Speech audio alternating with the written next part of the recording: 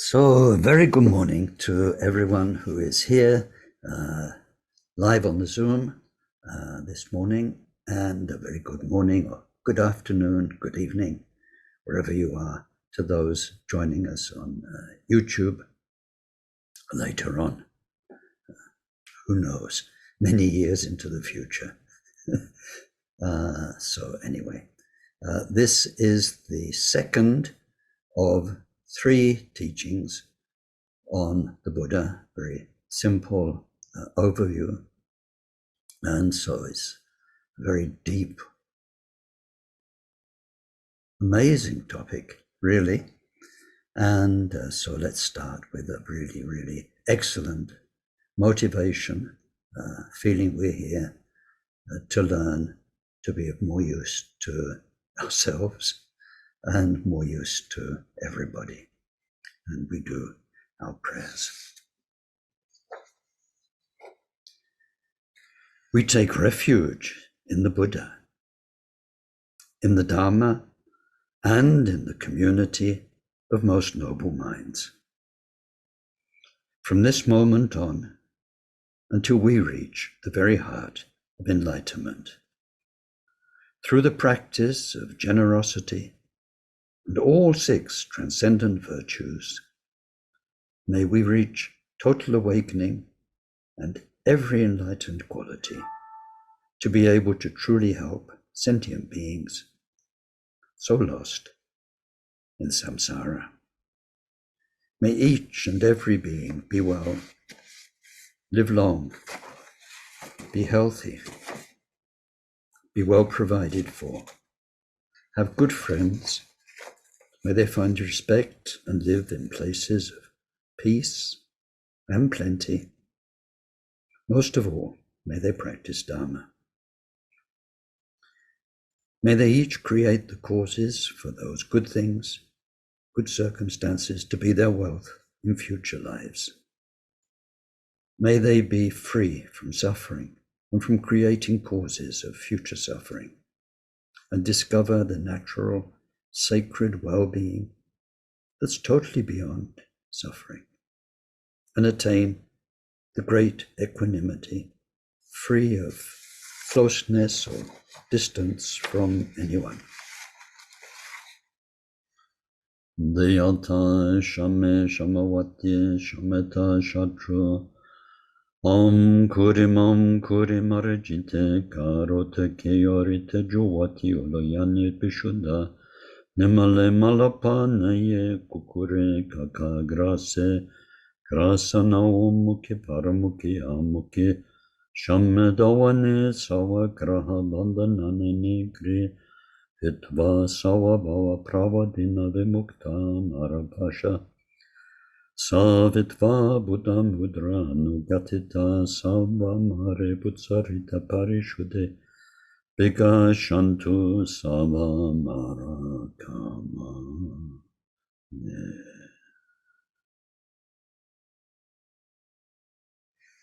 Glorious Guru, source of all blessing, ever present above our heads on lotus and moonseed, through your immense kindness, ever sustain us, that the accomplishments of body, speech, and mind flow from you, and we are one.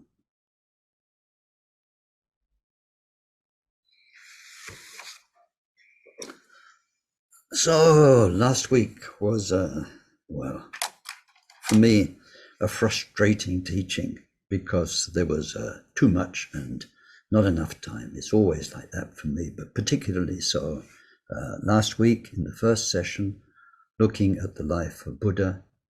Buddha, as far as we're concerned, the most wonderful, the most wise, the most kind, the most loving heart, the most compassionate being, most peaceful,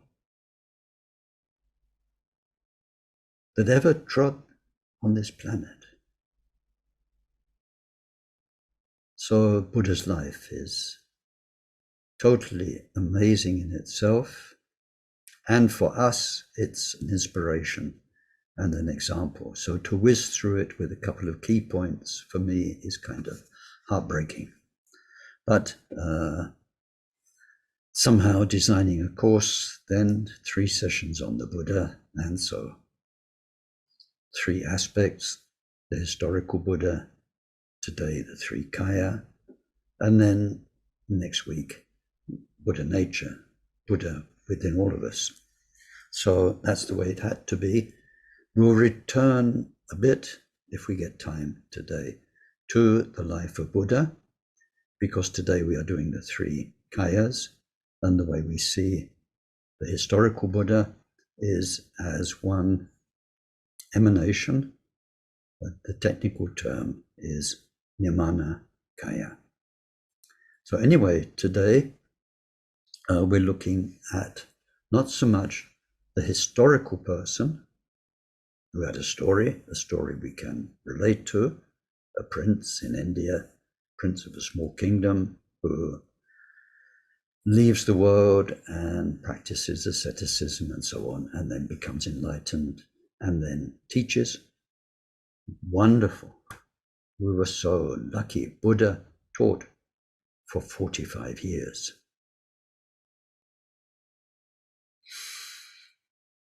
He taught to a very mature audience. They weren't all beginners. For instance, in the first year after his enlightenment, the 3 Kashyapa brothers converted, became his followers. So there was Mahakashyapa, he was the elder brother. He had 600 yogi disciples. They were very mature meditators. The elder Kashyapa was the guru of the king of Rajgir, quite a powerful kingdom. So Magadha at the time. He had 600 followers, yogis. Shortly after he converted, his 2 younger brothers, who were gurus, each in their own right. One of them had, I think, 400, one had 300 followers. So all of a sudden, Buddha had more than 1,000 mature yogi followers, and so on. So through his life, he taught to very mature beings. We see some of them had former lives, bodhisattvas, they come into his entourage. So anyway, today we're not so much looking at the person, but what that person became, so that they became Buddha. And what anyone who becomes Buddha becomes.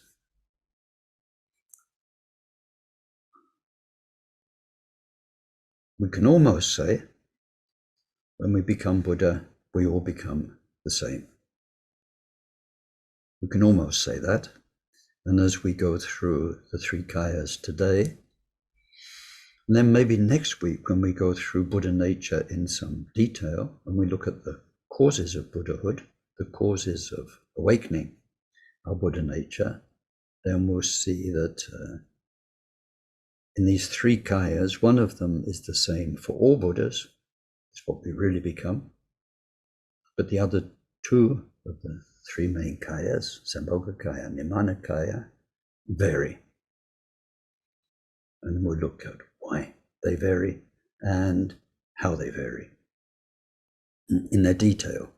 In their basic substance, what's happening, no difference. But in the detail, quite a big difference. So anyway, today we're looking at 3 kaya.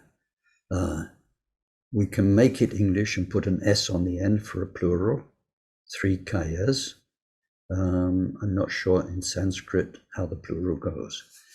So we've got a foreign word, kaya. What does it mean? Now, translation, translators. There are various schools of translation. There shouldn't be. but there are when it comes to Tibetan Buddhism. All over the world, people translate one language into another. There are kind of internationally accepted criteria for a good translation and what's needed. But that didn't happen with Tibetan Buddhism translations because it all started with amateurs, not professional translators. So there's quite a strong movement, or there has been, of very literal translation under the misunderstanding that this is the most accurate. You translate the words. Anyone who knows professional translation knows that's, well, I think we've all seen Google Translate these days, and you know what the outcome is when you just translate the words, even if you do it intelligently. So a real translation is you translate the meaning, and you use whatever words in your own language convey that meaning the best. Anyway, there's a debate about this. So kaya, if we take it literally, means body in English. That's the main meaning in Sanskrit. So they say the three bodies of the Buddha, which immediately gives you the wrong impression, because a body is a body is a something. And when you talk about a body, you've got something tangible, and it sounds like separation, three different things. So I wouldn't call it bodies. I think, and some others think, that some words is just better to keep them in the Sanskrit, because that's all Buddhists all over the planet recognize that was the original, the Sanskrit or the Pali. Whereas if in French you've got one person's translation, in English another one, and so on, and it gets so complicated. But anyway, what we're looking at today are kaya.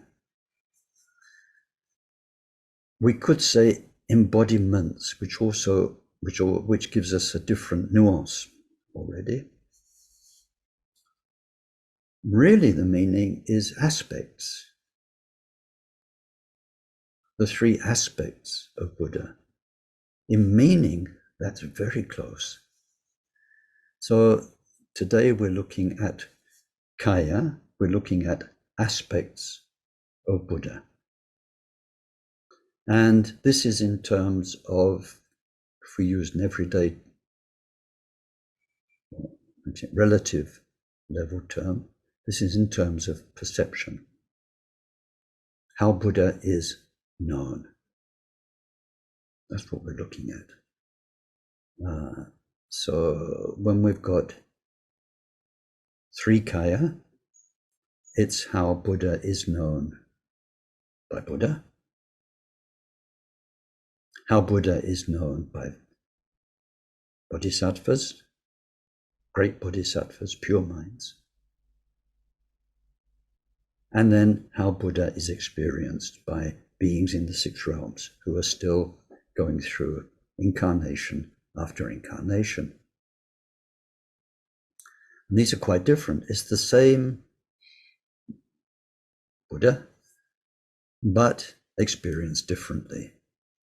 So if we take, it's not really adequate, but an example in everyday life, there's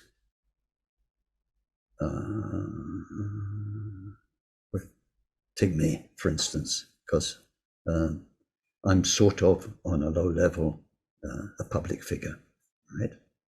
So there's me, Ken, as only Ken knows Ken, and that's got its limits. But anyway, I know me in a way that none of you will ever know me. Knowledge from the inside. And I've been living with me every second of my life. So I've got more experience of me than anybody else. And then there's people who are close to me, who experience a lot of me in different dimensions. And then I've got an audience, some people I've never met here on the Zooms. And so you only know me as Ken Holmes Dharma teacher. And I've got this kind of on-screen presence. I've got my act together in a certain way of how to present Dharma. I'm not three different bodies. There's not three different Kens. But I'm perceived differently from within, from those very close, where there's a lot shared between us. This is the key point. There's a lot shared. And so there's a lot more flow, interaction, understanding of each other. And then there is a sort of a temporary manifestation. For me, it's once a week for an hour and a half on Zoom. So if we take three kayas of the Buddha, there's Buddha as Buddha is known. And in the scriptures, it says, by the pure, by those who are both pure and impure, and by those who are impure. So the pure are Buddhas. Buddha, as only Buddha will know Buddha, that's dharmakaya. It's the kaya aspect of dharma. Everything, in that sense, dharma is everything. It's the true nature of everything and everyone. We turn that the other way around. The true nature of everything and everyone is dharmakaya, and that's what we become, the true nature of everything and everyone. And when we get there, only we will know that. Nobody else, even bodhisattvas, will know quite what that is. Won't know, they won't know. So the pure and impure are the bodhisattvas on the 10 great, wonderful bodhisattva levels. They are pure because their mind is constantly, stably aware of Buddha, constantly nourished every second, nourished by Buddha mind, but they are still clearing up their history in 10 levels of getting there. So they're called the pure and the impure. Pure because they already have Buddha nature awareness or shunyata awareness. Impure because they've still got baggage which limits their mind. Less and less, but nevertheless. The impure are being still subject, like it or not, to reincarnation through the power of karma. So those who are pure and impure, the bodhisattvas, experience what is called sambhogakaya. And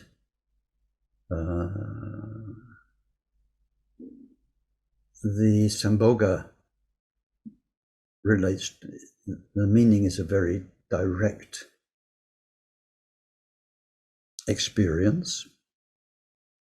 Translating it's hard. You'll see it translated by the people who like literal translations, enjoyment body.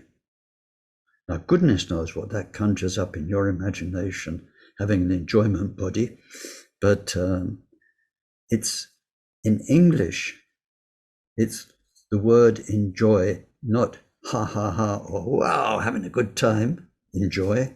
It's like he enjoys good health.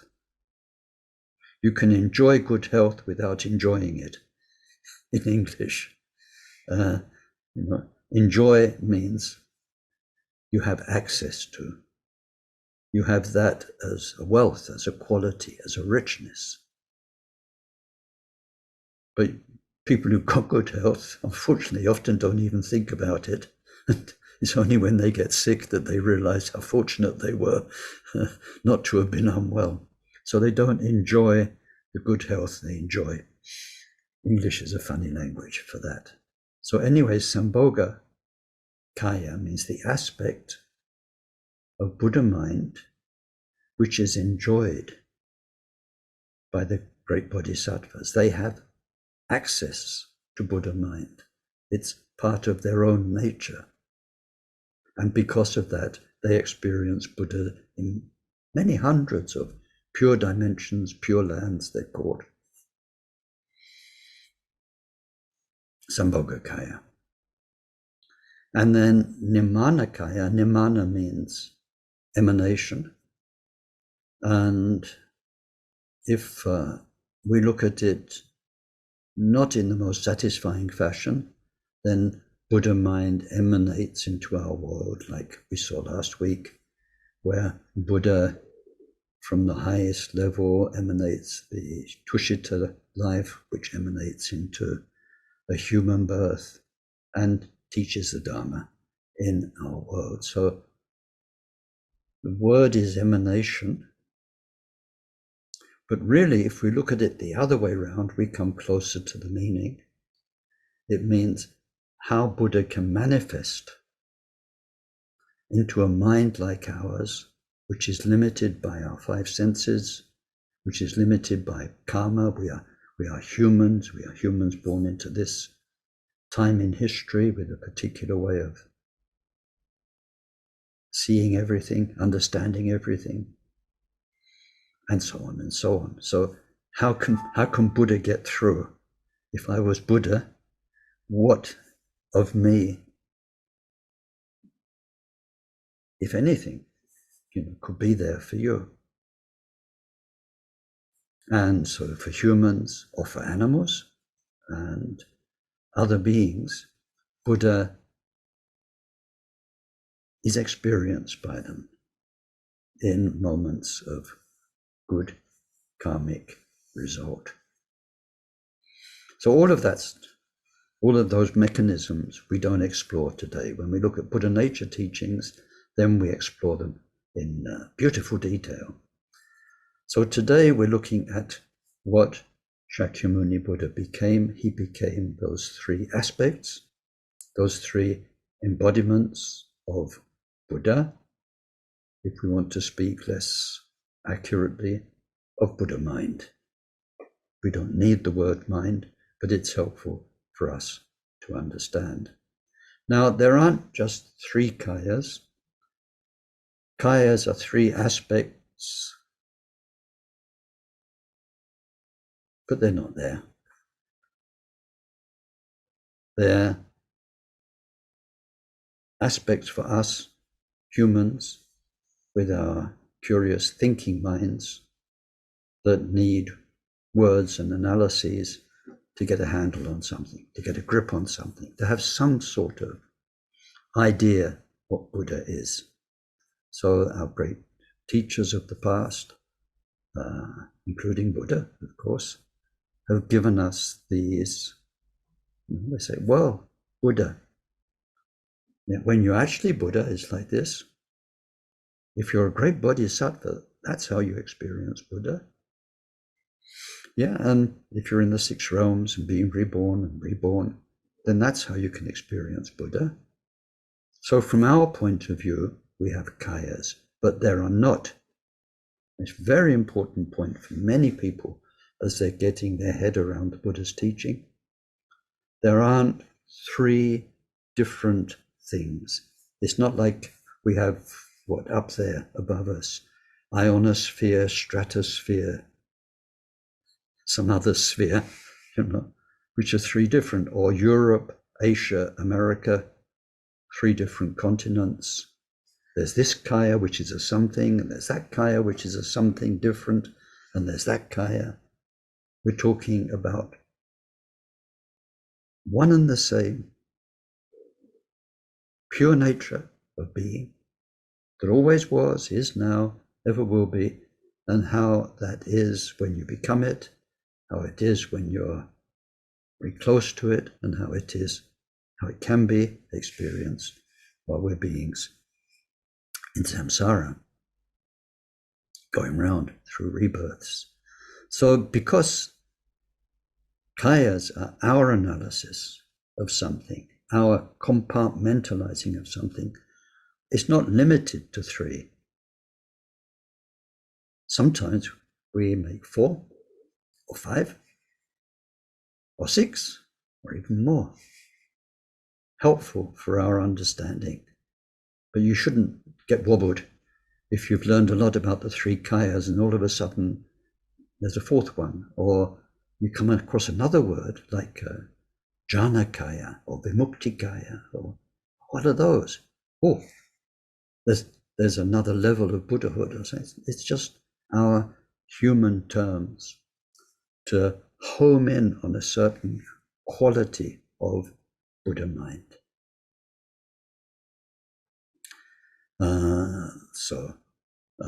For instance, we do today the 3 kayas: dharmakaya, sambhogakaya, niranakaya.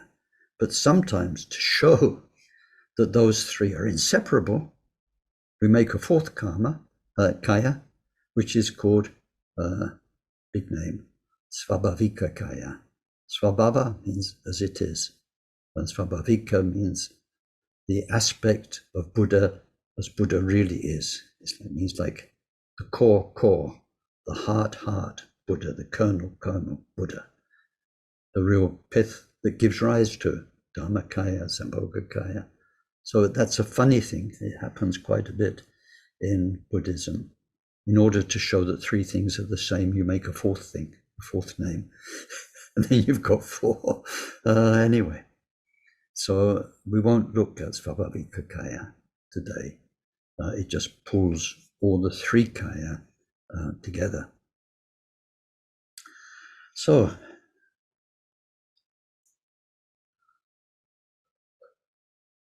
let's start with dharmakaya, which is what we'll all become when we become Buddha.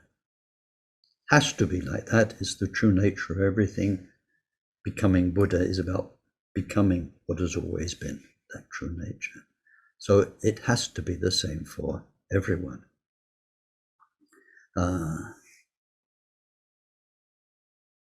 So that's dharmakaya. I'm smiling and laughing because sometimes in this strange world of Buddhism and Tibetan Buddhism, you kind of get the feeling almost that we've got a better enlightenment than your lot.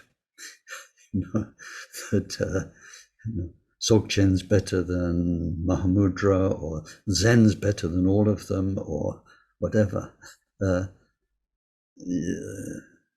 That's not what the scriptures, but all the different schools take as sacred say. There's only one Buddha. When you become that, you become that. Whether you use Dzogchen, Zen, Mahamudra, whichever way, there can't be 2. And then, sometimes they cheat. I mean, I shouldn't say that, but it looks like it. Because you get the 10 bodhisattva levels, and then after that, Buddhahood, finished, end of story.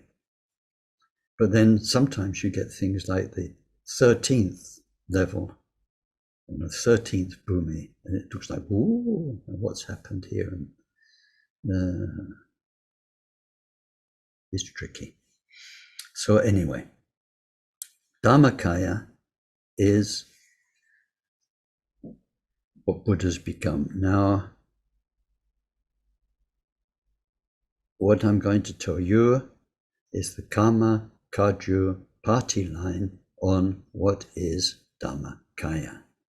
I do need to tell you that because some of the biggest debates that differentiate the Tibetan schools and traditions have been about what exactly dharmakaya is. And in Tibet, unfortunately, they had religious wars, vicious religious wars of one faction against another.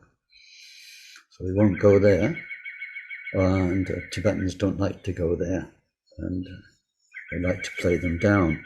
But this thing about what really is Buddha in terms of words and philosophy and stances and all of that stuff, blah, blah, blah stuff, talking Dharma, is serious, heavy duty, hot stuff. So I need to tell you that what you're getting is what Gampopa got from Milarepa. And then that Milarepa, of course, got from Mapa, who got it from Naropa, who got it from Tilopa, who got it from Buddha Vajradhara. This is our stance. So when we look at dharmakaya, it's very much like when we look into shunyata, has to be, because they're the same, voidness, emptiness. We're mainly concerned with what it's not. Last week, I think, we had the word nirvana, which doesn't describe what is, it describes what is no longer, no more suffering. So when we look at dharmakaya, then all the limits, anything that was impure is gone. Because of that, there is an infinite, wonderful, loving, compassionate clarity that's naturally there, but that was limited, reduced, because of all of our personal story and baggage. So the main point of dharmakaya is that absolutely every single trace of that baggage is gone and gone for good, and there is only the loving, wise,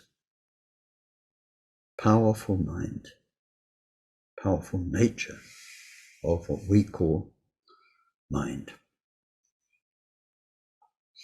So we're mainly looking at what's not there, because what is there is indescribable. So I'd like to say so far so good and see a lot of nods, but so then dharmakaya. Now we need, in order to understand dharmakaya, to introduce another term, which is dhamma dhatu. Dharmakaya and dhamma dhatu are, again, not two separate things, but to help us understand what real Buddha is, then we need these two terms. So the dhamma dhatu is often compared to the space of Buddha mind.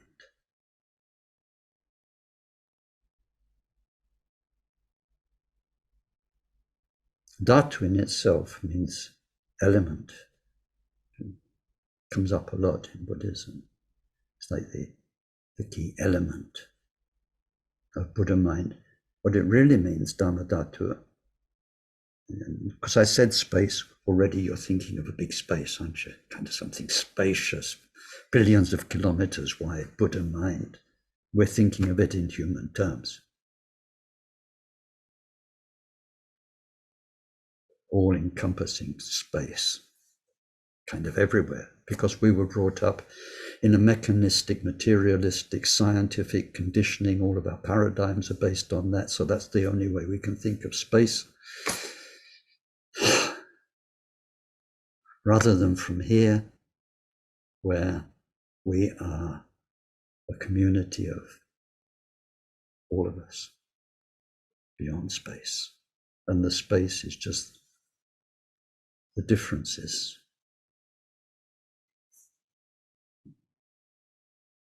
But anyway, in the scriptures, compared to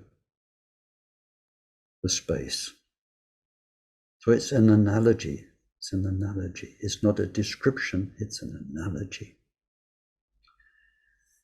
The other part of the, so that's dharmadhatu. The other part of the analogy is dharmakaya, and that's the light that's in space. So just now I can look out my window, it's a sunny, some cloud, mainly sunny. There's light, and I can see, and I'm not going to fiddle with the camera to show you, but just outside my window, there is a tree called an arbre de Judea tree, which is just coming into its little pinky purple flowers. It's beautiful. Why can I see that? Because of the light. And because of the space. If there wasn't space, if there was something blocking it, I couldn't see the baby leaves and those pink flowers. There wasn't space to enable the light that brings me the colors and the information to travel.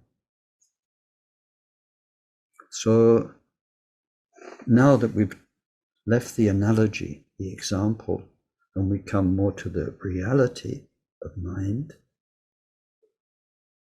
the space is the absence of, and we'll see in a minute, but baggage, let's just call it baggage.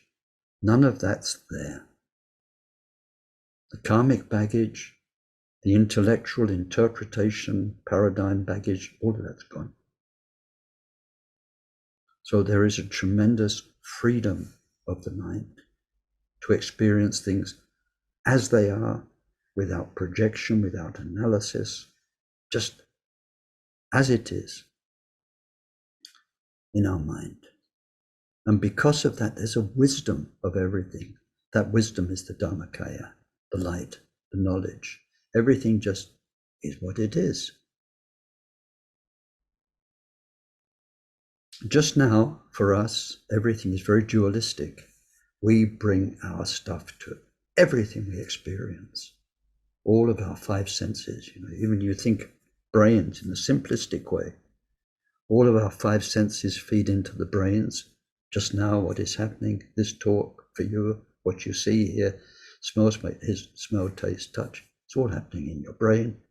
And that same brain has got all of its lifelong conditioning. The words I use, each word has a history for you. Each image that's evoked has a history for you. We bring ourselves to every single moment of experience. As modern physics really has explored, we cannot be an impartial observer. We're partial, very, very partial. We bring ourselves to everything. So the dharmadhatu, all that's gone. And because all that's gone, there's no more duality. There's no more this side experiencing. Then everything, remember the Sanskrit term for things is dharma. Everything is exactly what it is. Dharmakaya, there's wisdom of this. And that wisdom can only happen because there's the freedom of mind from baggage, the space. So light and space are the analogies. Dharmakaya is the light, the wisdom of mind. You can call it rikpa if you use the Nimapa term. We can call it clarity if we use the Kaju term.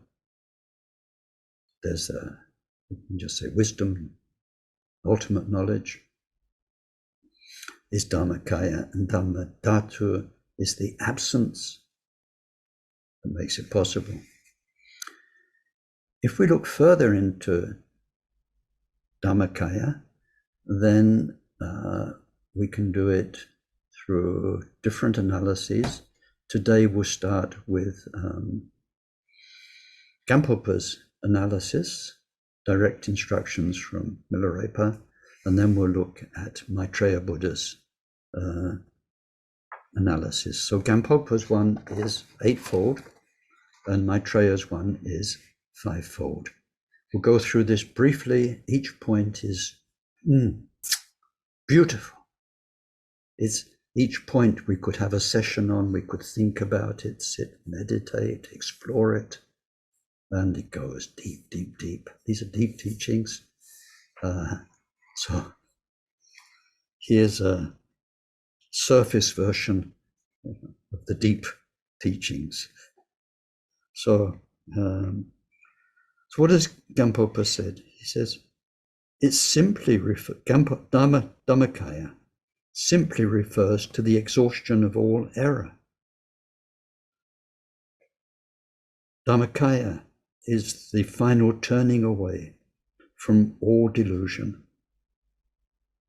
Once the meaning of voidness, shunyata, the ultimate expanse, has been realized. So as such, dharmakaya is simply a term representing a conceptual convention.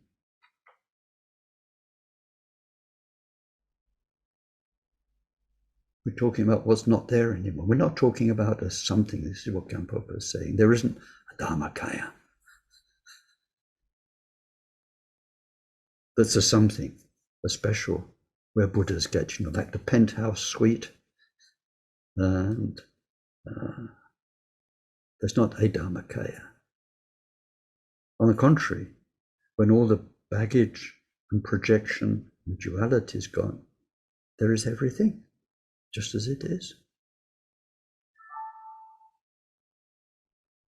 Not Buddha looking at everything from dharmakaya with his dharmakaya binoculars. That's dualistic. It's just everything as it is. So it's called dharmakaya, the aspect, the embodiment of dharma, all things. So calling it, making it an it and calling it dharmakaya is us thinking human beings trying to understand. That's okay, what we do, conceptual conventions. In real essence, there is no dharmakaya that has its own existence or is the basis for qualities. That's how Milarepa explained it, but more than that, that's how sitting in meditation with Milarepa, Gampopa experienced it very properly. But if we look at its various aspects, then we can say dharmakaya has 8 characteristic qualities. And so there's a key word for all of these that scholars learn so they can remember them. We won't go through the list of words, we'll go straight to each one. So the first one is identical. Dharmakaya is identical. Whoever attains Buddhahood, exactly the same dharmakaya, exactly the same state of clarity where everything just is as it is because there's no more me. There's no more ignorance. There's no more duality and so on. So dharmakaya is identical. There's no platinum dharmakaya that you get through practicing Dzogchen and gold level dharmakaya you get through practicing Mahamudra, or dharmakaya is dharmakaya. Identical. Secondly, it's profound, the word is deep, because it has nothing to do with concepts, even deep concepts. Even the deepest concepts are thoughts, and the thinking mind will never get it. Impossible to get it because the thinking mind is what's stopping the experience of it. A beautiful song in the 1960s. I think, and I funked. Couldn't think of anything better. So we will never think it. And the thinking in our mind and all of our mental activity, not just word thoughts, but all of our mental busyness is blocking it. It can never be known by that busy thinking mind. or even that very, very quiet thinking mind. Can't be thunked. So it's profound. So no matter how much someone says, but what do you mean? And what do you mean? There are no words that can express it, and so on. Third, it's permanent. Permanent because it's not a creation. Everything else is a creation. Causes and conditions come together. They make something, an experience. They make dharmas. They make all the 84,000 possibilities of experience. The nature of what's called compounded existence, causes and conditions making something happen, is that it begins, it endures, and it ends, or it seems to begin, it seems to endure, it seems to end. It has a life. This is without beginning, without middle, without end. It was never a result of things coming together, circumstances of all different sorts. Practically, it means you can't breathe in a certain way, do certain meditation posture, you can't manipulate your mind in a certain way to make the enlightenment experience. It's not a product.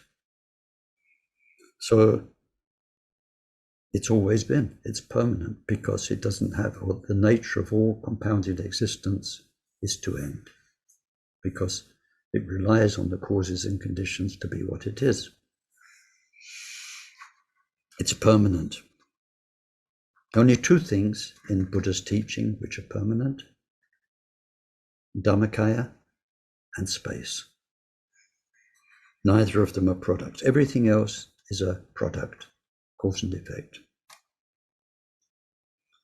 It is homogeneous because it's indivisible. Mainly what we're looking at in there, what are indivisible, are the voidness and the wisdom.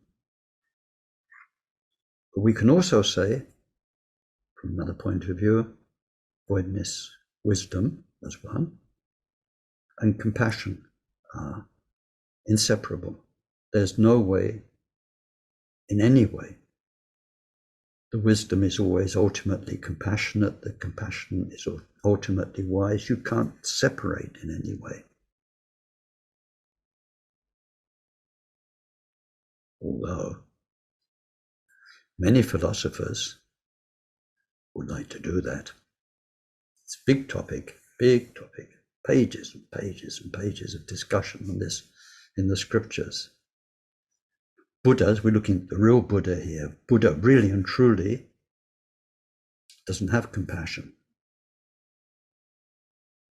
You're kind of gone beyond everything. But as far as beings are concerned, they experience compassion. On a relative level, in relative beings' lives, there is compassion as well. So people, the greatest minds in Tibet have argued about this.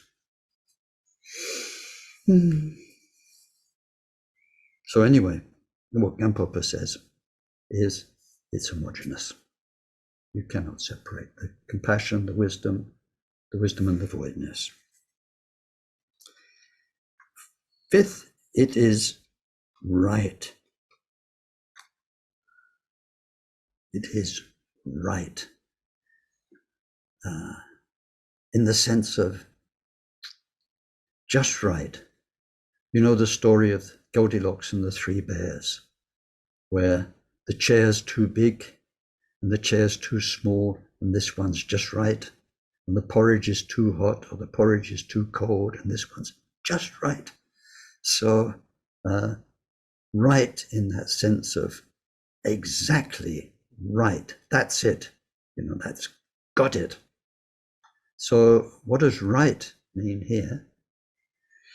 Right means just right because it transcends the two extremes of underestimation and over-assertion. So underestimate, overestimate.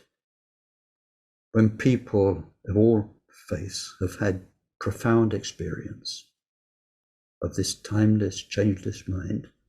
Some, what can you say, on the come down, or when they preach to people and so on.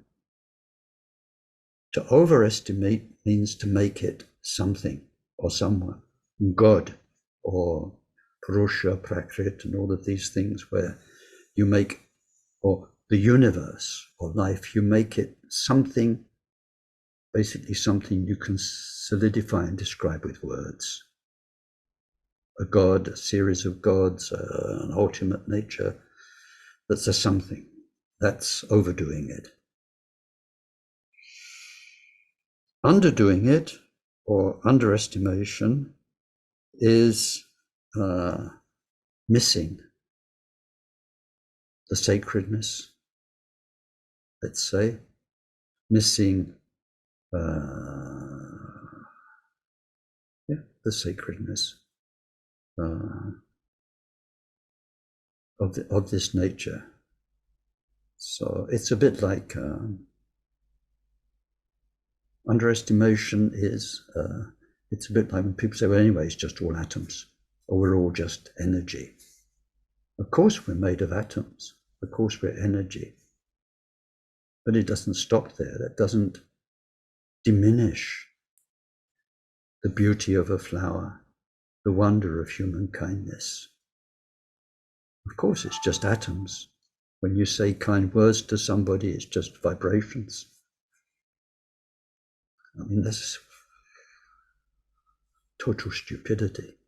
To reduce something down and say, well, anyway, we're only just atoms, or it's all just energy, that kind of thing. And to not understand the wonder of the teachings that come from dharmakaya, not from Buddha the person, but why Buddha could teach from this space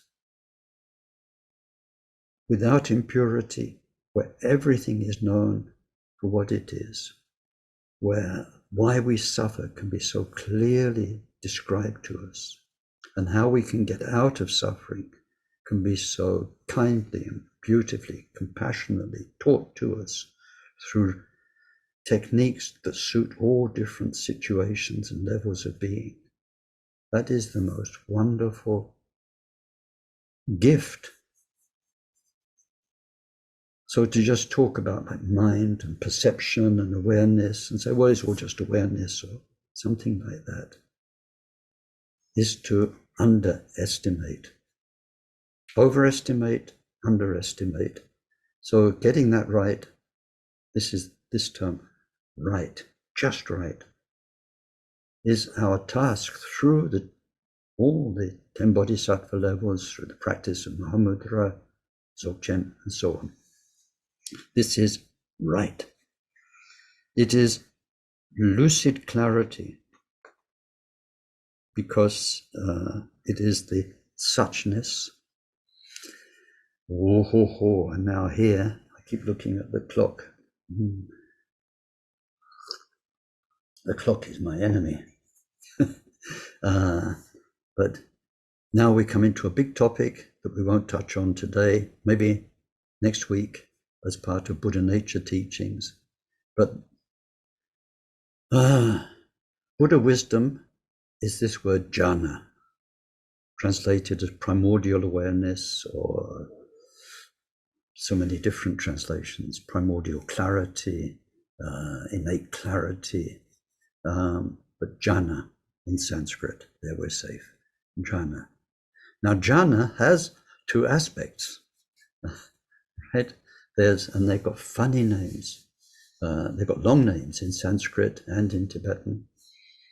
Is as it is jhana, and all the many ways it is jhana. So suchness jhana, manyness jhana. To put it in very vulgar terms, suchness jhana is as it really is. That's always the same. The suchness is not what it seems to be. That's the same. It's not what it seems to be. That's the suchness. For all the deluded realities that beings in the six realms are in, that's how it seems to be for them. But the suchness is, truly it's not like that. As Taisitupa says so wonderfully, so powerfully, ultimately everyone's perfect.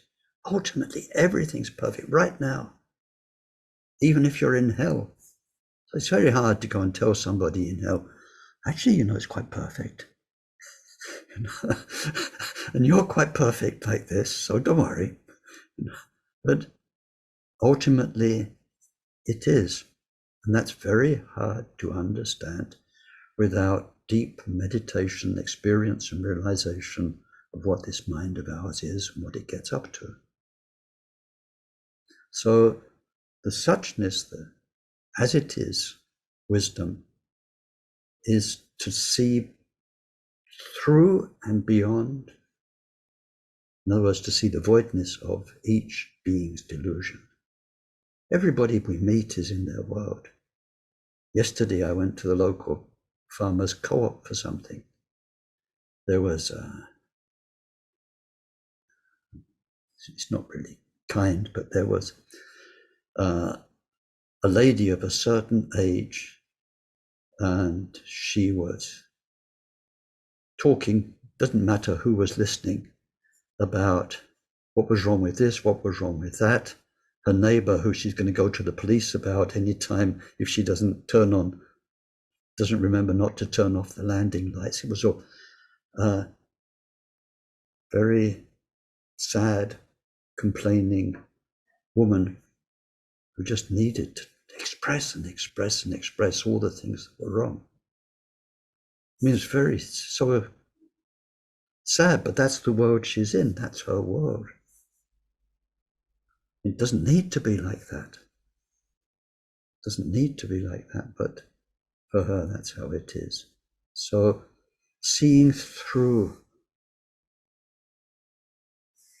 the worlds we put ourselves into, through karma, through so many things, as it is wisdom. But then the manyness wisdom, which is endless, is knowing that even though it's a delusion, this person is in their world, and that's how it is for them. That's their reality. And this one's different, and that one's different, and so on. So the manyness jhana is knowing that Buddha nature is in everyone, even in a worm, even in a hell being, even in all of different beings. It's seeing the purity of mind within these minds which are so limited and shaped and hurt by karma. It's knowing the goodness, the potential that's in everyone. That's the main point, the manyness jhana. So when it says it's lucid clarity, it means that it is lucid, means like a bright light is shone on everything. Everything's so obvious. The nature of the delusions and the truth of the delusions. And then the 8th point is dharmakaya is linked to sambhogakaya, the way it manifests, the way Buddha mind manifests to others. So having looked at it that way, we can look at dharmakaya in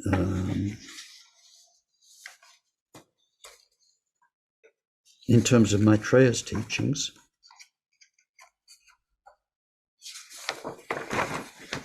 Which I've got here somewhere.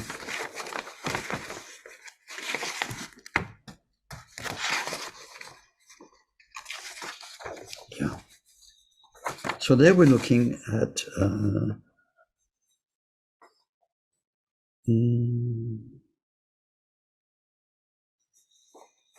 what happened there? Okay. Yeah. In Maitreya's teaching, we look at dharmakaya globally.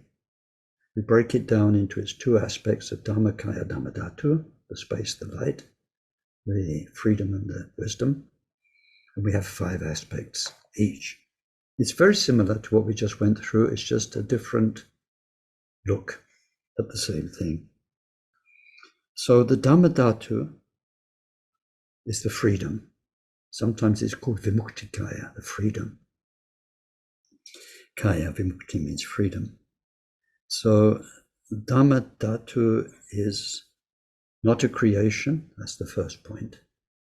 So the text says, let me read you the verse. It's so nice.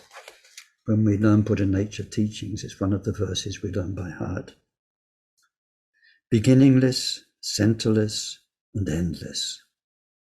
Completely indivisible. Free from the two. Free from the three.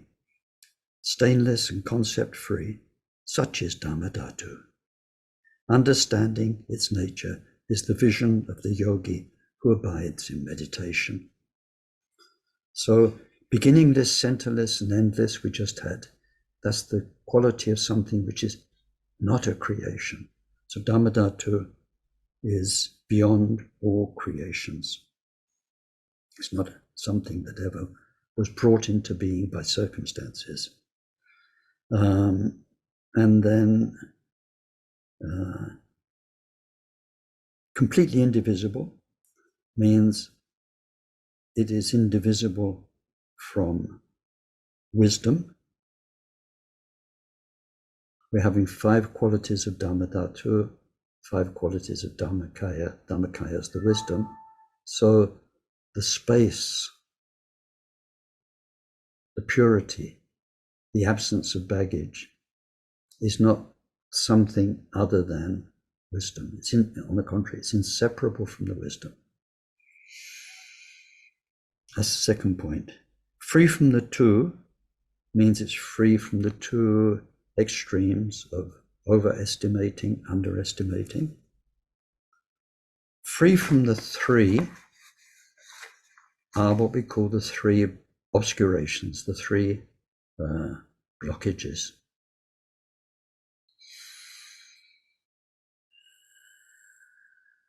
So the 3 blockages, one is karma and klesha, all of our karmic baggage that makes us be reborn with the feelings, emotions, perception, and so on that we have. The second blockage is our dualistic thinking and fixed ideas in our mind, which are very helpful, very necessary for us just now. We're using our dualistic thinking mind to listen to Ken and try and work out what Khenpoken is saying. It will be a help until we get to a certain point, and then the dualistic thinking mind will become a hindrance, and we need to get beyond it. Not get rid of it, just get beyond it. It might still be chattering away, but you're not listening anymore. And then the chattering volume will go down and down and down and down. And the clarity of the space beyond the thinking mind. But anyway, the thinking dualistic preconceptualized mind is the second obstacle. The third obstacle are called obstacles to obscuration, obstacles to meditation. And I think we all meet these, and it's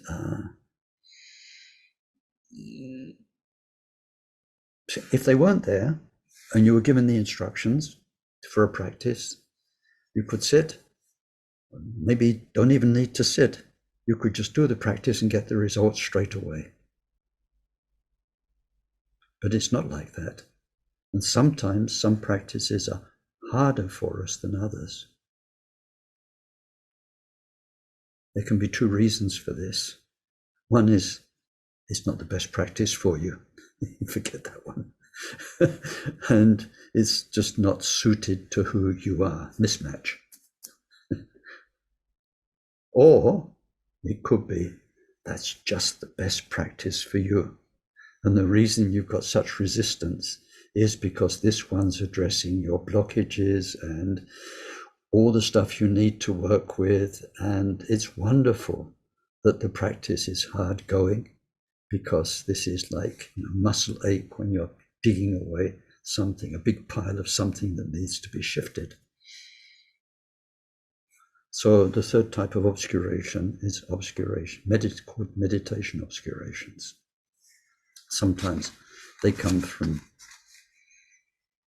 difficulties we've had in past lives, specific difficulties we've had in retreat, in our meditation practice, and so on. It's quite a vast area. You need an exceptionally good Lama to help you with it when these happen. And then the fifth point is that it cannot be, dharmadhatu still, cannot be known by our stream of consciousness. Our present samsaric stream of consciousness cannot know dharmadhatu. We can know lots of things. We can examine with our senses, we can think about things. This stream of consciousness knows a lot, otherwise you wouldn't be here. But it will never know dharmadhatu. Our job in practice with this stream of consciousness is to shut it up so that dharmadhatu is just there. That's dharmadhatu, the space, the shunyata. Within that space, then, there is the light of wisdom. 5 qualities, and it says there's so many qualities.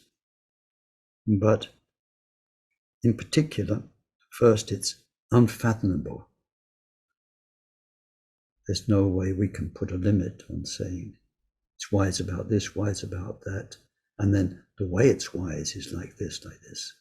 For us, it's unfathomable.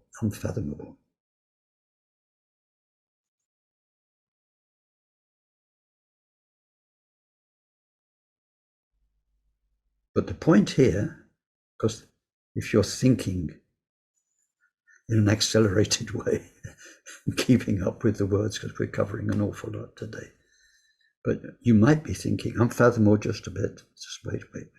Unfathomable can't be fathomed. Isn't this more a dharmadhatu quality of what's no longer there? No, it's the only reason it is unfathomable is because there is a vastness of wisdom. Our mind can't fathom it, can't define it, because there is just endless wisdom knowing everything and everyone just as it is. That's unfathomable. It's incalculable.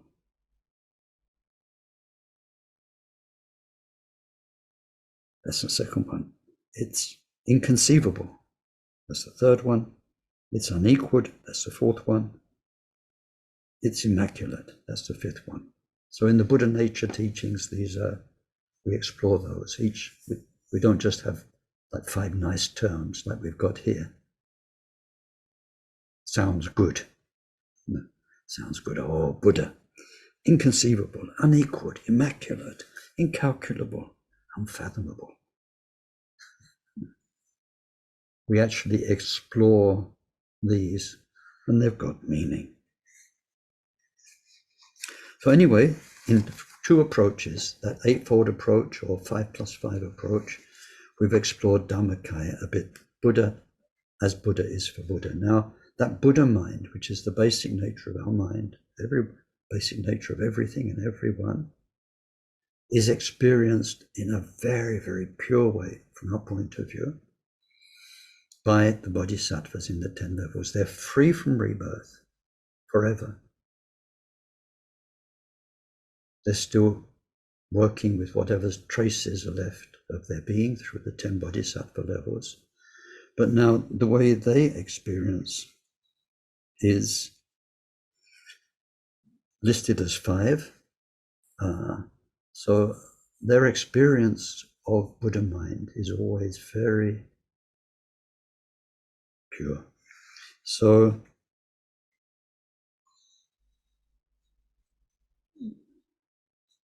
first, the actual Dharma teachings they receive. So now we're looking at, Buddha doesn't, when we go back to Dharmakaya, Buddha doesn't need to teach Buddha. Buddha mind's the teacher. Buddha mind is the source of all the Dharma teachings. But Buddha doesn't need to teach Buddha. Buddha's not a teacher for the Buddha. This strikes me because on my own little level, I'm a Dharma teacher. And every time I hear the word, I think,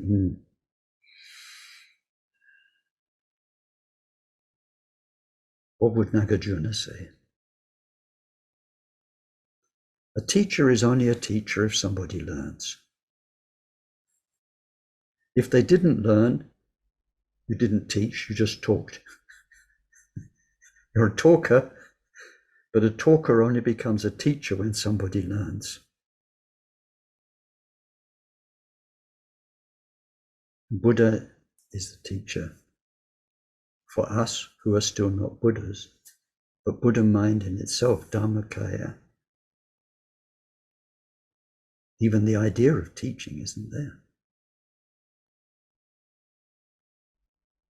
It's purity. As Milarepa to Khenpoken, it's just the total end of story, end of everything that was limited. But for the bodhisattvas, Buddha is a teacher. That's the main thing. Don't really need Buddha for anything else except to learn. That's the whole point of Buddha being in your life. So for them, first point, the teachings they receive are summed up under two key words, deep and vast. These are a big deal in Buddhist history. Nagarjuna is the main source of the deep teachings, and the Sangha is the main source of the vast teachings. The deep teachings are mainly about shunyata, the void nature of everything. And then the vast teachings are the teachings on the various stages of the path, which covers everything, teachings about everything that's in samsara, everything that's on the Dharma path, all the way up to Buddhahood. So vast. So what the bodhisattvas receive are the deep and the vast teachings in a very pure way.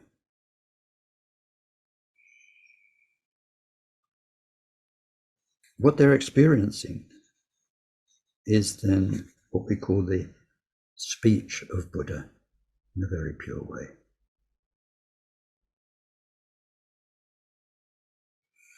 Second point is when they receive those teachings, they're not just,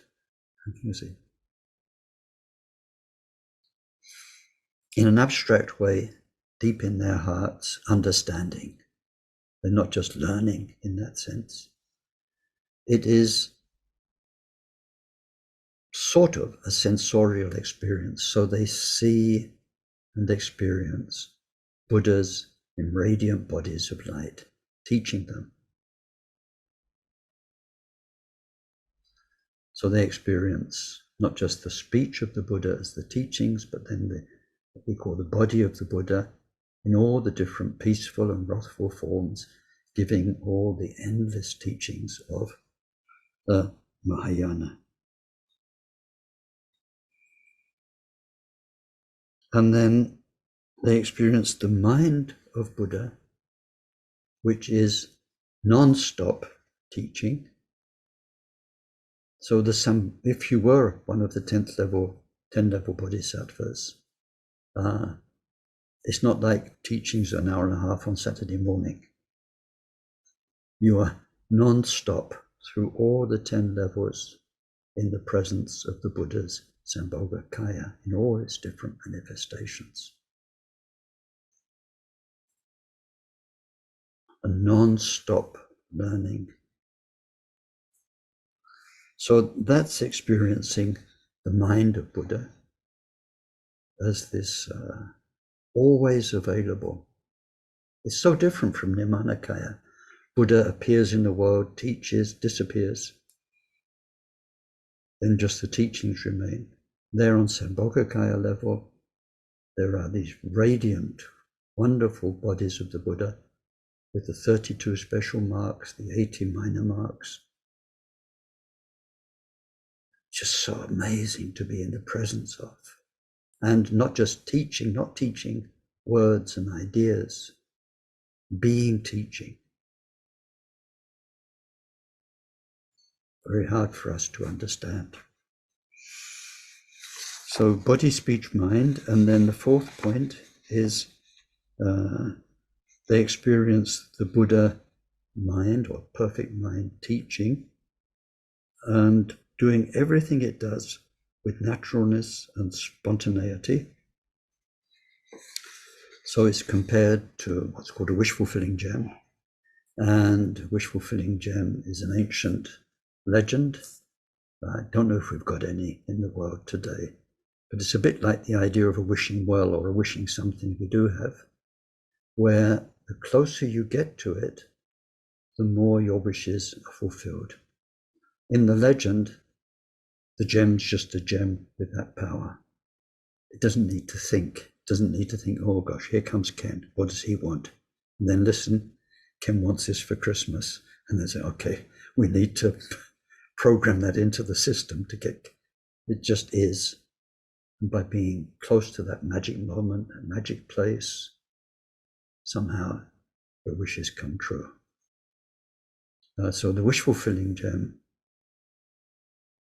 is totally without thought, and it makes our wishes come true spontaneously. Our wishes as bodhisattvas are to help other beings and to refine our mind. So in this non-stop, many cosmic eons journey through the 10 bodhisattva levels, there is the constant, compassionate, radiant presence of Buddha mind, teaching all the different things in a very spontaneous way. I told you, I think already last time, about the Italian woman in the Dordogne seeing the 16th Karmapa. And she said, I didn't know he spoke Italian so beautifully, and he talked about exactly what was on my mind. How did he know? All the other people there were having the same experience. Wish-fulfilling gem. In fact, it's what we didn't call him Karmapa, we didn't call him Sir. In Tibetan, we called him Nishinobu. Nishinobu means wish-fulfilling gem. Exactly that. And then the fifth thing is that the teachings are that the bodhisattvas experience, as sambhogakaya, is always as pure lands. There's never pure lands of light. Not even Deva paradises, totally pure dimensions of being.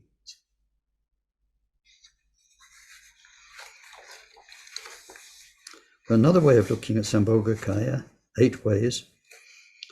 The entourage, the other beings there, are always and only great bodhisattva levels, great bodhisattvas in the 10 levels. The domain of the experience is always pure lands. The forms of Buddha are all the different Buddhas like Vairocana. The Buddhas all have these special marks on their body, on their feet and so on, the 32 and the 80. The teaching is always Mahayana, only Mahayana. One of the special activities is at one point to predict the future enlightenment. So I'm having a lovely memory of a very great teacher who came to Saniling, and I had trouble understanding what he was saying. And so he actually demonstrated it, and it's the Buddha predicting future enlightenment. So he stood up on his throne and put up his hand like this, and then he started, I predict that in such and such a world in the future, Ken, the Bodhisattva, you will be Buddha, so and so, and in that realm you will have so many tens of thousands of disciples, and in particular quality of Dharma you will teach will be the parameter of this. I must say it was a very, very moving moment, because it felt, half real. Then he sat down again, and I understood enough to be able to translate it to the people. But anyway, it will happen to you one day. It will be such a gateway to go through. Such beautiful certainty about where you're going. And then spontaneity. And then the other thing that the great bodhisattvas experience is an absence of own nature. There isn't a Buddha as a being. There is this amazing manifestation that's both there and not there, like a rainbow in our world. There's nothing up in the sky, but from our point of view, there's something very, very beautiful in the sky. So there we've looked briefly at sambhogakaya, and then coming back to niranakaya, well, that's mainly taught. So we had dharmakaya, sambhogakaya, in terms of 8 qualities each, or 5. Niranakaya is taught through the 12 deeds of Buddha that we looked at briefly last time. We saw behind each deed there is, you could say, a purpose, you might say a benefit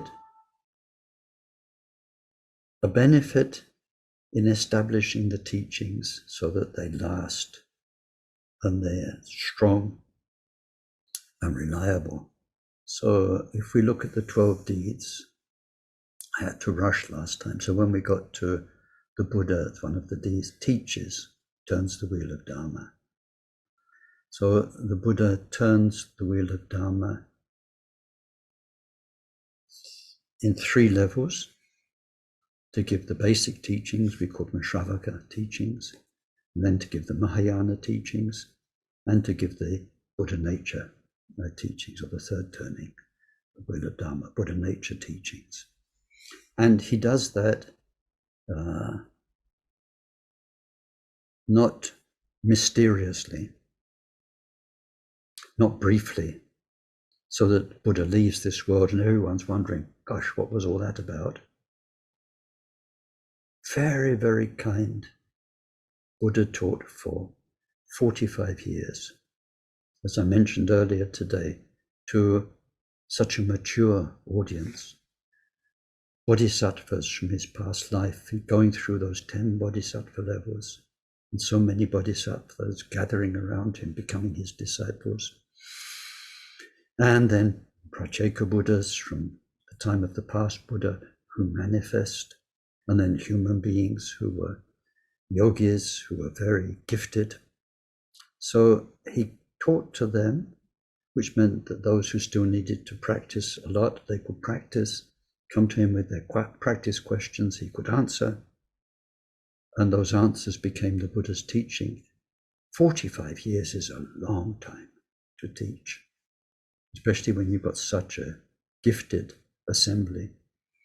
And so that meant that his teachings were very thorough and complete. And we see this after Buddha's life and in the centuries afterwards, as they were gathered together, analyzed, forming the Abhidhamma. We see how wonderfully complete they are. And then on the deeper level, the Bodhisattva teachings and Buddha nature, which led to the Vajrayana teachings, they are mainly methods that are also very adapted to different people's own abilities and gifts. So Buddha taught the Dharma, and that is in fact of all the 12 deeds, the main one. And then Buddha passed into parinirvana. So with parinirvana means that there's nothing left, basically. Between Buddha's nirvana, at the age of 35 and his death at 80. He was enlightened at 35. And then whatever karmic residue was left kept him alive for 45 years. And then there was nothing left. Gone from our world. And so Buddha demonstrates parinirvana, passing into nirvana, to show impermanence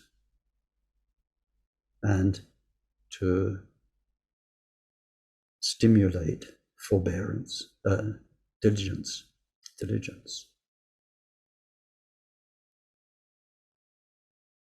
A very necessary teaching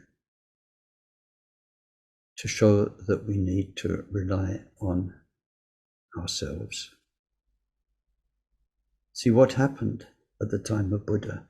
They got so used to him being around. He'd been around a long time. He was always there.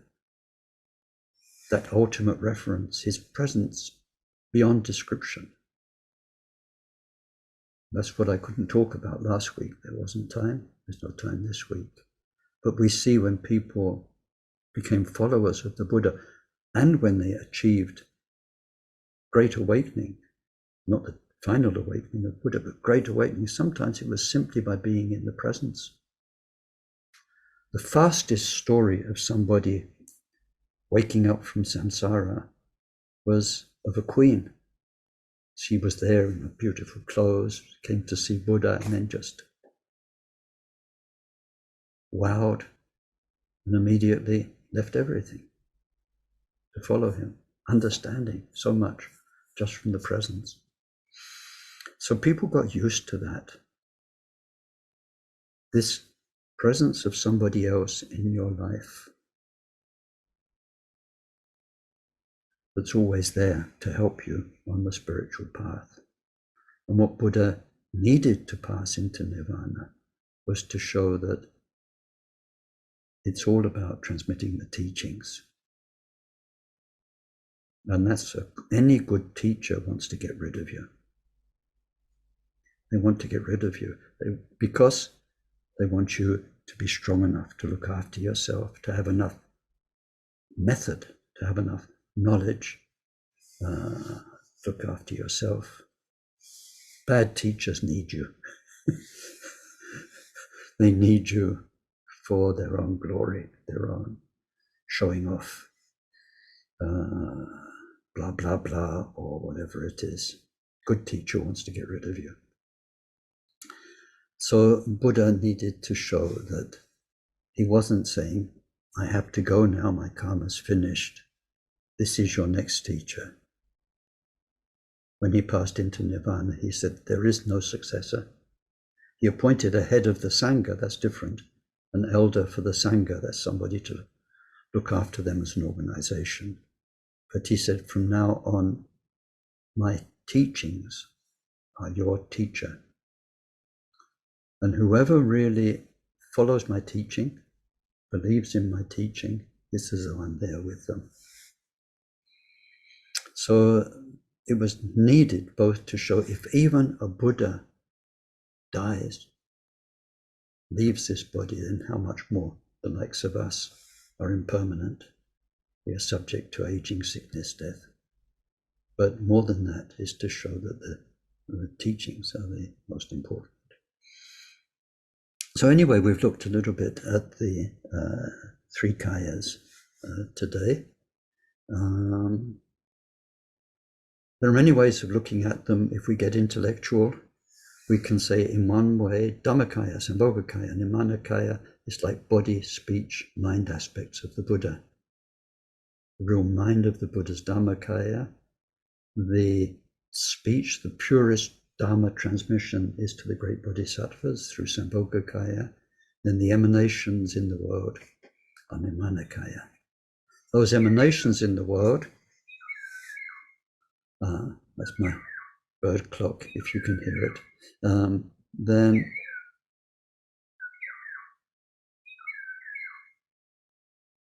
Thank you. 12 o'clock. So 11 o'clock in the UK.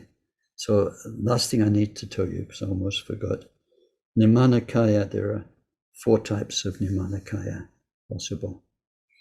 One is called Supreme Niranakaya. That's a Buddha who manifests in the world to bring the timeless teachings of Dharma to that world, like Shakyamuni did. So Shakyamuni, historical Buddha, was a Supreme Niranakaya. Just now we're in a world where Shakyamuni has come. He taught everything. There's no need for another one to come and teach everything. But Buddha can still emanate in the second way, which is called an emanation. The Tibetan word is tulku, to strengthen, revive, perpetuate the teachings that have already been given. So in a world where Dharma exists, then the Buddha can emanate as great Dharma teachers, as gurus, to perpetuate the teachings that are there. Third is Buddha can emanate not as a religious teacher, but as someone who brings benefit to the world. So as a great doctor, a great discoverer, these days maybe as a great scientist, someone who sets wonderful example or who brings needed knowledge to the world. As a human being, as a seeming human being. So there we've got 3 seeming human being niranakayas. The 4th one, as anything. And it could be it's anything that brings Dharma to you. It could be as a manifestation in nature. It could be as a text. Sometimes texts suddenly speak to us. Something very sacred comes out of a text. And it could be absolutely anything that teaches us the true, pure Dharma. Thank you very much. We'll carry on our 3rd episode next week and pick up the story and look at what we call Buddha within. Let's dedicate anything that was good and useful today. May whatever virtue was created by this session contribute to the state of omniscience being attained, through the main enemy, our mind's defilements, being completely defeated. Through that, may each and every sentient being become freed from the ocean of existence, troubled by the waves of rebirth, aging, sickness and death.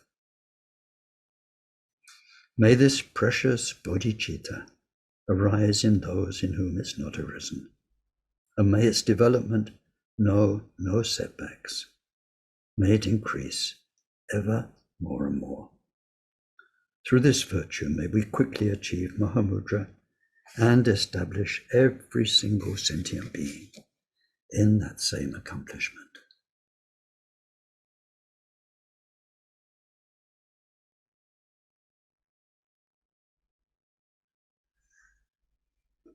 Thank you. So it's your turn now to comment, or if you've got any questions. And we touched on, we didn't really cover it, we touched on a lot of amazing points today. So. Ken, you introduced me to 2 things I'd never heard of before, which was inner Buddha and outer Buddha when we had the session last week. And I'm just wondering how they relate to dharmakaya. Is there a difference? What is the difference? None. You become Buddha, you become dharmakaya. The thing for the inner Buddha, that will be the same too. Sambhogakaya is there. In other words, that through getting enlightened, then you will manifest in the 10 bodhisattva levels to help beings there. we'll come to that more next week, why. But you, and niranakaya, of the 4 types I just mentioned, you can manifest to help sentient beings in the last 3 ways. As a Dharma teacher, as someone who brings something good, useful to a world, or even not as a human being. You can manifest in other ways to help people.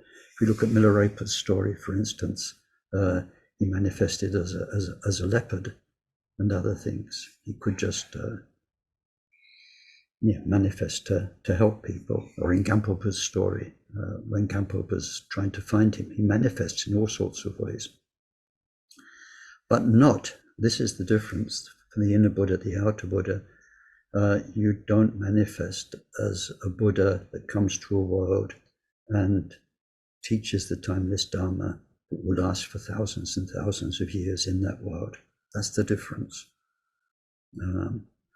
Next week, what we'll see is the causes and conditions that make the sambhogakaya and niranakaya different for each of us as we become Buddha. Basically, on the way to Buddhahood, once we've taken the bodhisattva vow and then developed and become really and truly bodhisattvas in our being, we make contact with other beings. There's connection, karmic connection. And sometimes that's quite strong.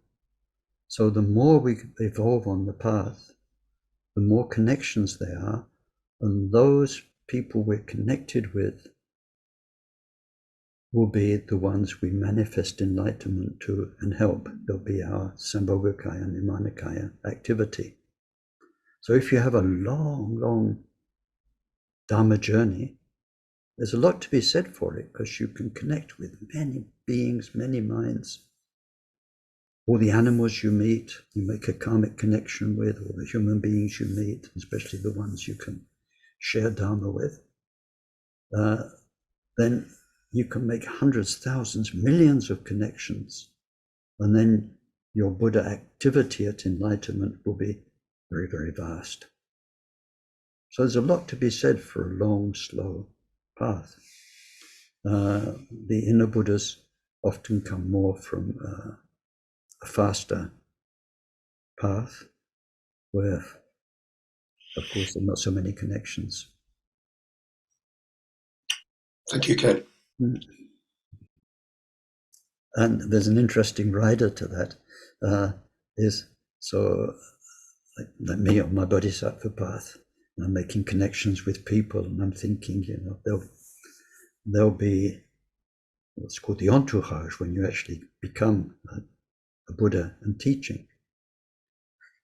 Except if they get there first, in which case you'll be part of their entourage. So I always used to think this in Samaling Shrine Room. We never know which one of us is going to get there first. Just today I'm on the teacher seat and you're there.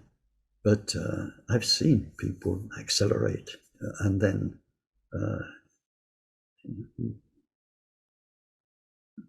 we just don't know. We just don't know.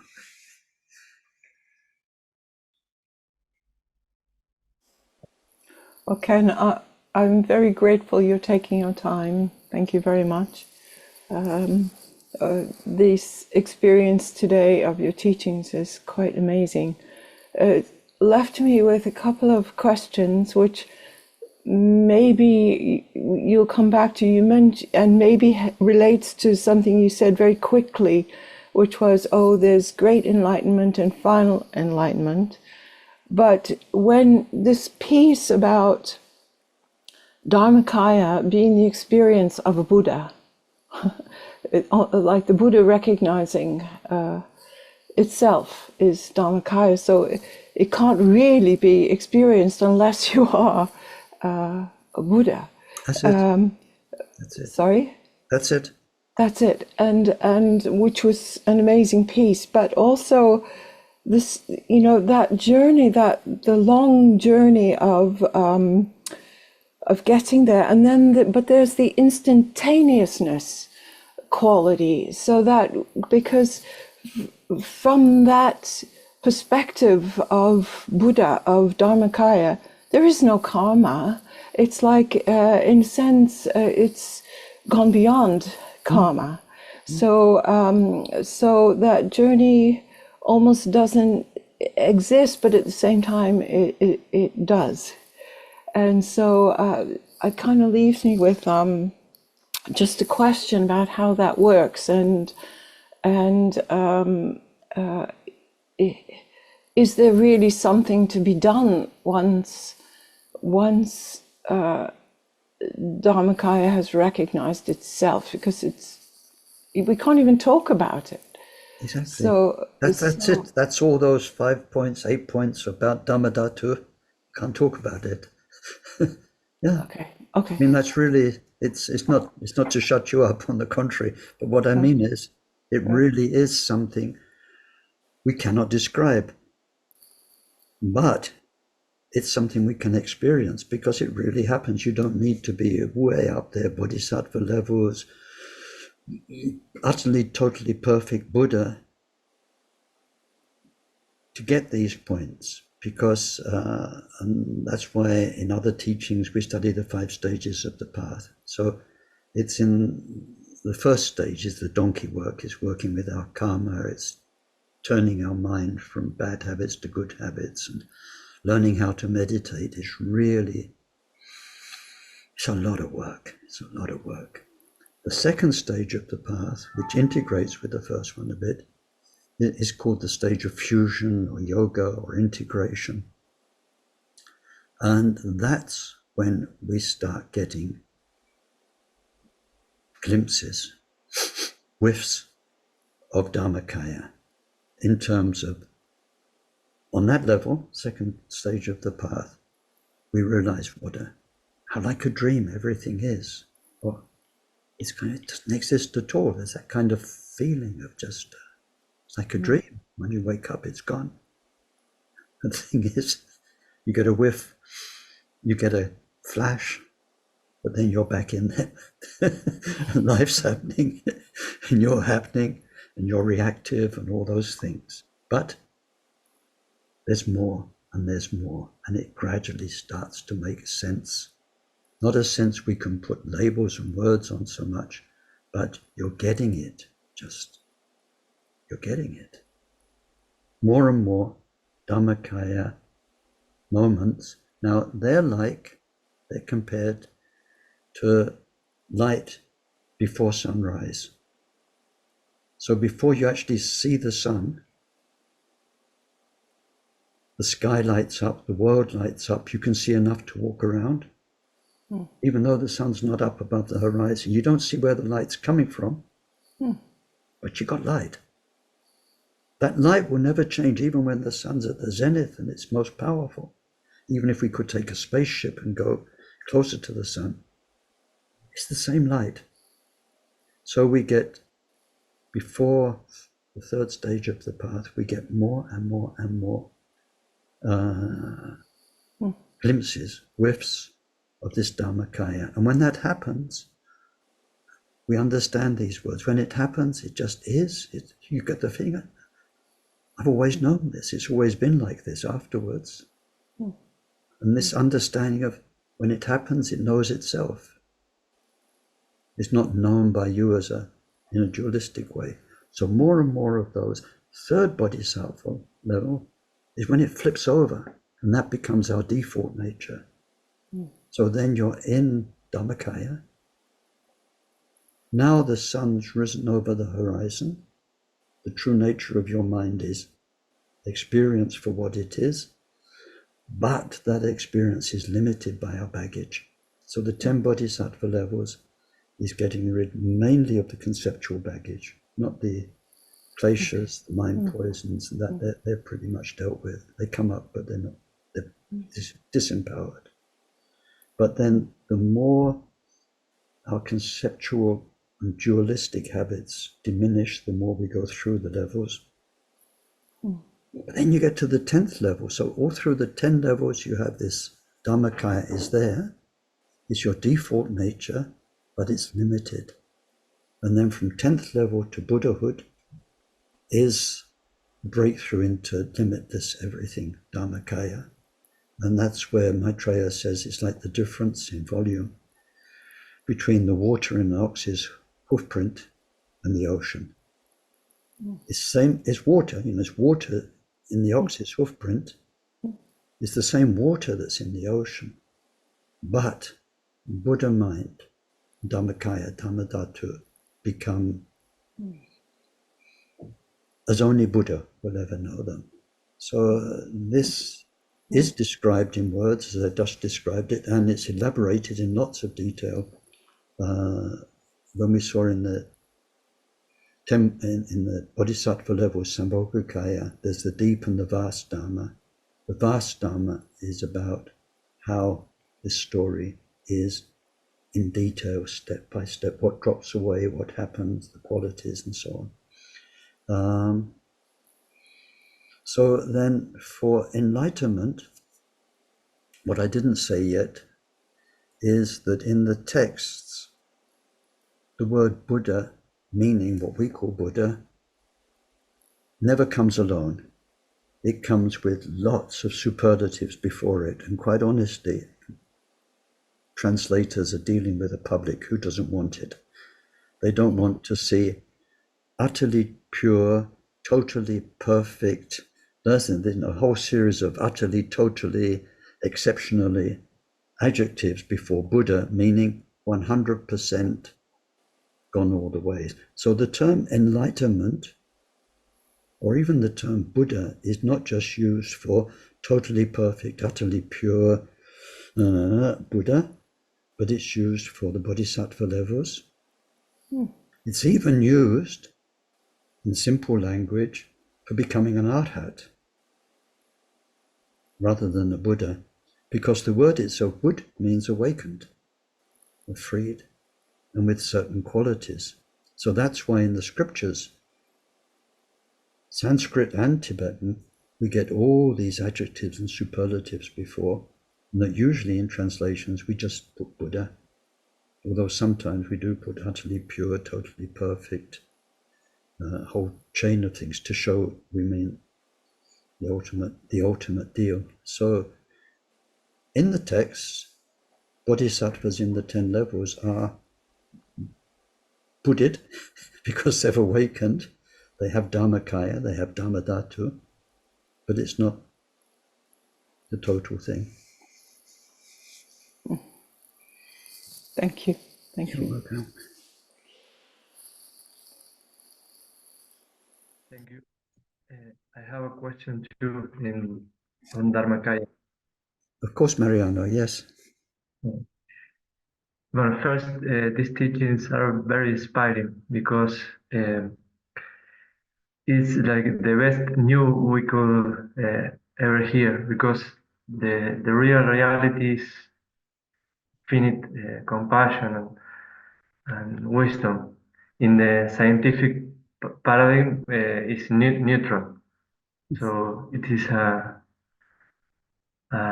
the best news.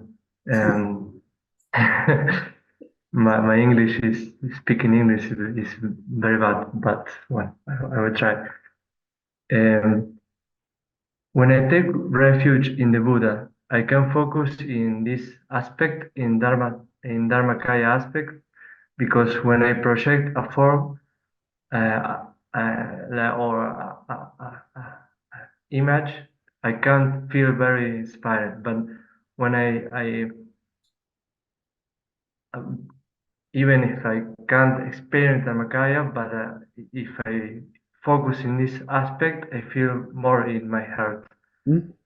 And the other question is, can I feel a connection with dharmakaya also, like as a friend, as something that can have a friendship relationship, even if it is something very vast and also I can describe, but this is the two questions. Yeah, sure. No, they're good questions, and there's a very clear answers to these in the scriptures.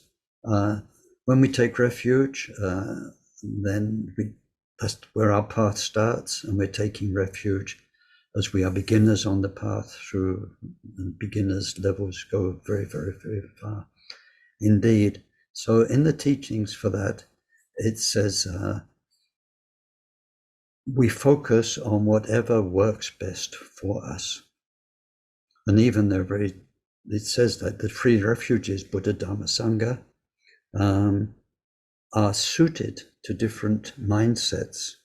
It says there are those who, when they take refuge, what they really are looking for and what inspires them the most is community.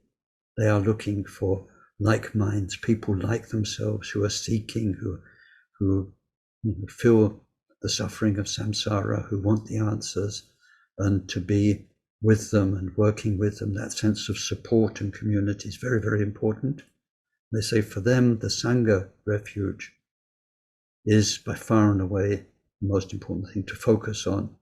And of course, there's the Dharma teachings, and there's the Buddha who gave them, but really community is the big thing. And we see this a lot in Theravada Buddhism communities all over the world. Life revolves around the temple, supporting the community itself, living a pure life. And then another refuge, it says, but then there are those who are not so much looking for community. They want the knowledge, they want the facts, they want the technique. There's a lot of this in Europe for sure, in America I think as well. It doesn't matter where you get it. I mean, Buddha gave it, of course, and you have respect for Buddha. But what you want is the knowledge, you want the information, and also you want to learn the methods. How can I practice so that it works? And then, you have the Sangha, your communities, but they're not the main thing. It's the teachings are the main thing. So then you take refuge, especially in the Dharma, and that helps you because that's what you're looking for. And then for those, it says, who have a bodhisattva potential, what they are mainly looking for is a role model, if we put it in modern language. I want to be like that.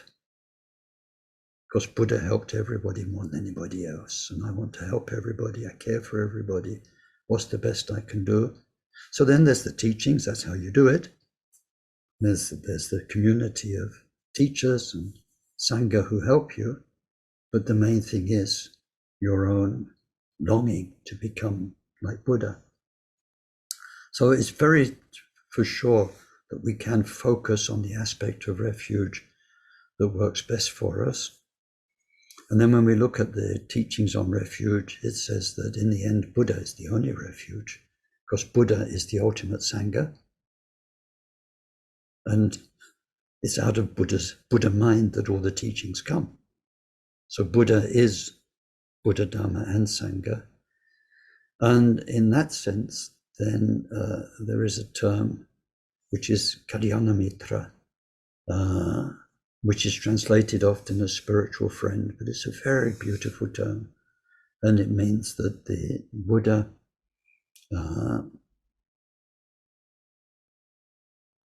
is like a best friend.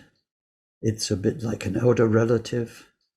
It's someone, they say relative in the sense of someone you feel close to, family. And we say when we take Bodhisattva vow, today I'm born in the family of Buddhas. That's in my real family now.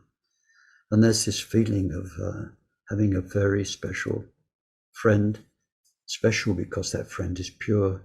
There's never anything that's going to go wrong, never let you down. And every aspect of interaction with Buddha, with the refuges, the Buddha as all three refuges, is like the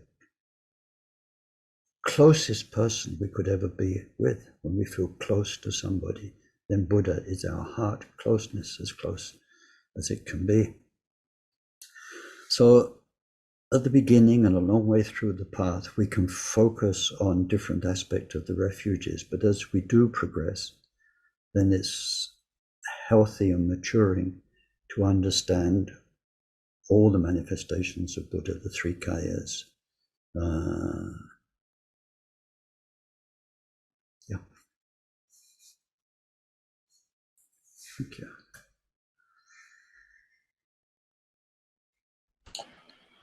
Hi, Ken. I have just one short question. Do all or some arhats experience sambhogakaya? No. That's a good short answer. Yes, not according to the teachings technique, because were they to experience sambhogakaya, then they upgrade into the bodhisattva path. We don't really call them arhats anymore. They are arhats because they've reached that our whole definition of the qualities and the freedoms that make an arhat. They've done that. But then they become a bodhisattva. And in the teachings on the arhat's path, it says that when they get to their arhat state, their mind is in a state of deep absorption in the dhyanas. And for them, that's it, if we can put it in those terms. Journey over, story finished. There's just nothing but endless peace. It seems like endless peace. And then it says within that peace, from Sambhogakaya, Buddha manifests. And they hear this huge roaring voice, "O bhikkhu, your journey is not yet over. O bhikkhu, your task is not yet done." And they receive light blessings from the Buddha, body, speech, mind centers, and their heart opens to the Mahayana and the bodhicitta. And it says then, because of everything they've done, they progress through the bodhisattva path, like a rocket. They go so fast. But you wouldn't really call them arhats then. They're bodhisattvas. Yeah, okay, that makes sense. Thank you. Okay, so wish you all a very good week, and we've done our dedication, so take good care. Thanks very much, Ken. Thank you very much, Ken. Everyone. Thank you. Thank you, Ken. Ken. Try everyone.